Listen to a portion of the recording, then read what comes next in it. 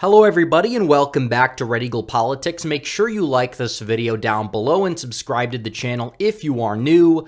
So Republicans now have a 3-point lead in RCP for the generic congressional vote for the 2022 midterms. That is their largest lead since June 24th, the day of the Dobbs v. Jackson decision. And you look at what's happening right now, the energy has completely shifted. We are so back. The red wave is not just a red wave. This is an election that the Republicans are appearing to run away with here. And as the registered voter polls all but drop out of the aggregate, yeah, I'm looking at you, Politico, morning compost right there, Republicans are increasing their lead. You know, you want to take that registered voter poll out of the sample screen for likely voters, we're probably looking at R plus 3.5 to 4 here, which would be in line with the very historically accurate Gallup Party ID index there. That's usually the most accurate indicator. At least it's been since 2014. Nailed 2014, 2016, 2018, 2020 in the generic ballot. And you're seeing it shape up to be that. And that was the September. We talked about that, earlier in the month. For October, Republicans could very well do even better in that. But it shows that the energy factor is real. It's with the Republicans. It's still possible that there is a polling error and Republicans are doing better than this. But either way, the undecided voters are coming home to the Republicans, which speaks volumes. And we're going to talk about why. We're going to look at some other metrics, look at some updated early vote information, some individual races in this video. But first, I wanted to tell you guys a little bit more about redeaglepolitics.com because some of my content does not make it to this YouTube channel. There are usually 1 to 2 videos a week that get released only on my website for members only. It's just 16 cents a day, $5 a month. You get all my exclusive videos. Did one yesterday. And you also get access to the Discord, access to all of my articles I wrote as well, many of which deal with the midterms. So make sure you guys check it out. The link will be in the description and pinned comment down below. But this is huge. This is big time stuff. Economist was giving Republicans problems for quite some time. And Economist was a poll that vastly underestimated the GOP in 2020. Republicans are up in the generic ballot in Economist. And a lot of these polls in the aggregate, Republicans are doing better. You're seeing increases in the New York Times poll, increases in Harvard-Harris, even Politico, which is a registered voter poll, which has historically not even been that great to Republicans over the past 5 years. That is showing a shift to the right, and it shows where the energy is. And even in a lot of these individual races, you look at them and it shows exactly the same thing. The Oz-Fetterman race in Pennsylvania, for example, we know how the polls work in the Rust Belt. Typically, you're going to see a massive miss of Western Pennsylvania, and typically Republicans outperform them. Right now, John Fetterman, despite being a statewide official, he's not even just below 50 or even 48, which is what I've said for quite some time his ceiling is. He's at 46.5%. Dr. Oz is up there at 43.3%. Undecideds, in the most recent poll that was sponsored by AARP, that poll has Fetterman up by 2 points. It's well within the margin of error, and the undecideds lean Republican in the generic ballot, and they also disapprove of Joe Biden. What does that exactly tell you? Of course, there's a lot of people, they're not exactly on board with Oz. They're not sure if he's an actual conservative, but a lot of those voters are starting to come home to him. And at the end of the day, you look at this massive shift where Fetterman was up in August by close to 9 points. That has been narrowed to a race that is well within the margin of error, according to the polls. And 20 days out of the election, you apply the historical polling error of the poll trajectory. They have Dr. Oz up by a lean margin, 2.1%, which is about exactly where I would anticipate this election to end up being at the end of the day, which speaks volumes there. And people are going to ask me questions about the governor's race of Pennsylvania. I got a lot of requests to do a video on that or to talk about that, and it just basically comes down to the polling miss. Because Shapiro, historically, compared to the polls, has been an underperformer. The polls in 2020 had him winning the state by 15 points or so up until Election Day over some no-name opponent with no endorsements, no funding. He only got by around 4%, a little bit over 4% at the end of the day. He only outperformed Biden by a little bit less than 3 points or so. And if we are going to see this shift in the national environment, if we are going to see this polling error miss we saw in the primaries in Western Pennsylvania, it is very possible that he could pull it off depending on Oz's margin. If the generic ballot comes out, you look at it and Oz is, performing very well. He somehow wins out of nowhere by a likely margin, and Republicans do very well in congressional races. Yes, Mastriano has a chance, but it's going to be interesting to see the final margin, but I think it is going to be closer than a lot of these people are really anticipating, which is pretty impressive given the fact that he has not received funding. He has not received backing from the RGA, which is an absolute travesty.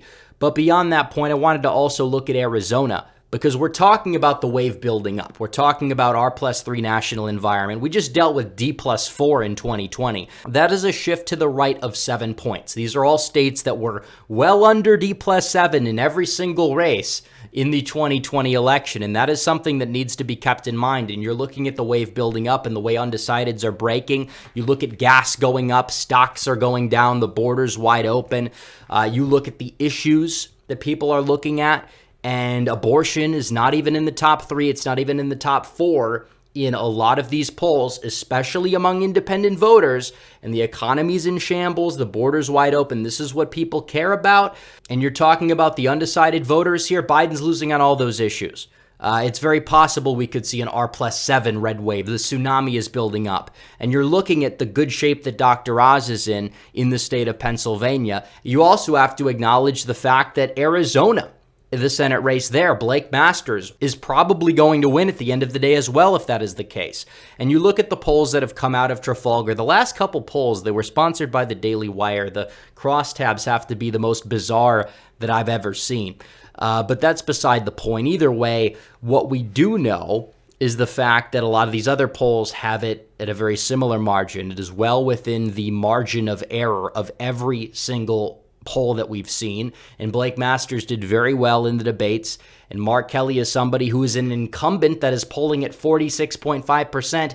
This point in 2020, he was polling above 50% less than 3 weeks before the election. And it's interesting to see what's going to happen in this race here. But either way, Kelly as an incumbent polling on aggregate below 47% as an incumbent. Masters surging. He usually surges late. He's getting his name ID out there. He's definitely doing a good job so far. He's starting to, air more advertisements. And this race is well within the margin of error.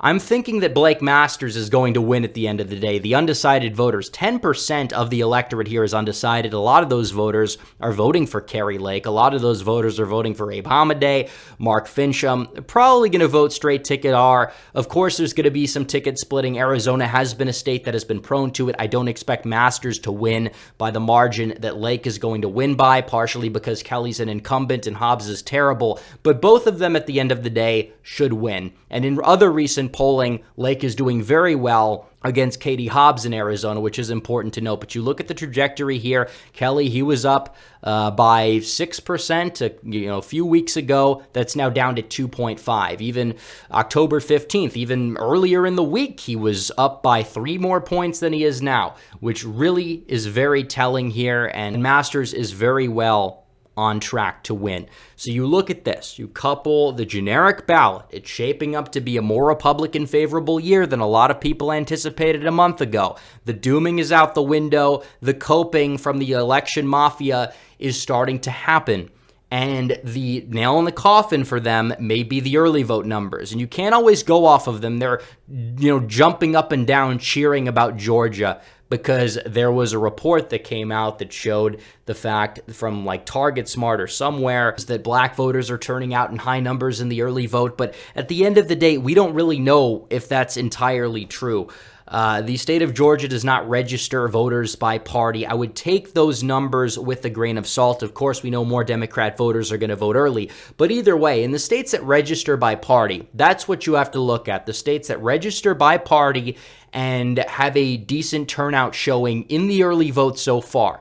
You look at Florida, even California, for example, Republicans vastly outperforming 2020, the same time away from Election Day in California, in Florida. You look at them in Pennsylvania, North Carolina, it's pretty much about the same. But either way, what we do know is Republicans appear to be in good shape, especially in Florida, by the way. Anybody that's going to say that DeSantis is going to be in for a competitive race or Rubio is going to be in for a competitive race, basically the mail-in votes, the majority of these votes have been mail-in, like actual just mail-in votes. You would expect less Republicans to be voting early, even taking the national environment into account, than they did in 2020. But either way, Republicans and mail-in votes in Florida, it's a 3-point game, which is vastly different from what we saw during the 2020 election. So it shows that Republicans are very enthusiastic to get out and vote as early as they possibly can. Democrats are apathetic. They are in total disarray. And behind closed doors in the DNC war room, they're already writing up the autopsy report. We have to acknowledge this. We have to understand this, because this administration has been a total disaster. The real question is, what are they going to place the blame on? Are they going to double down? Are they going to say it's a white lash or something like they did for Virginia or they did in 2016? Are they going to sit up here and actually say that it's Biden's fault because he's not like too far left enough on economics? Of course, I'm sure you're going to see a lot of the, DSA types do that, of the Democrat Socialists of America. And the establishment, who knows what they're going to do? They're probably just going to double down. They're probably going to, murmur about Biden in private not being very helpful for them, but they have no other options. So what are they going to do? They've boxed themselves into a total corner. And 2022 is going to be a red tsunami. The salt from their tears, that is basically going to lay the groundwork for 2024, for more momentum potentially. And it's going to be great, but I'm not going to say this to you guys for you guys to get complacent. I'm going to tell you guys this because it's motivational and true, objectively true. But to make it happen, you have to get out and actually vote. Obviously, I'm not going to be somebody that's going to tell you, take it for granted, take a red wave for granted. No, it needs to be the biggest wave possible. You got to get registered. It's about that time. Vote if you can. Make sure you bring everybody to the polls with you when you vote as well. So anyways, guys, thanks for watching this video. Like this video down below, comment down below, subscribe to the channel, hit the bell for notifications so you never miss another video. Follow me on social media. The links are all in the description down below. As always, guys, thanks for watching. Red Eagle, out.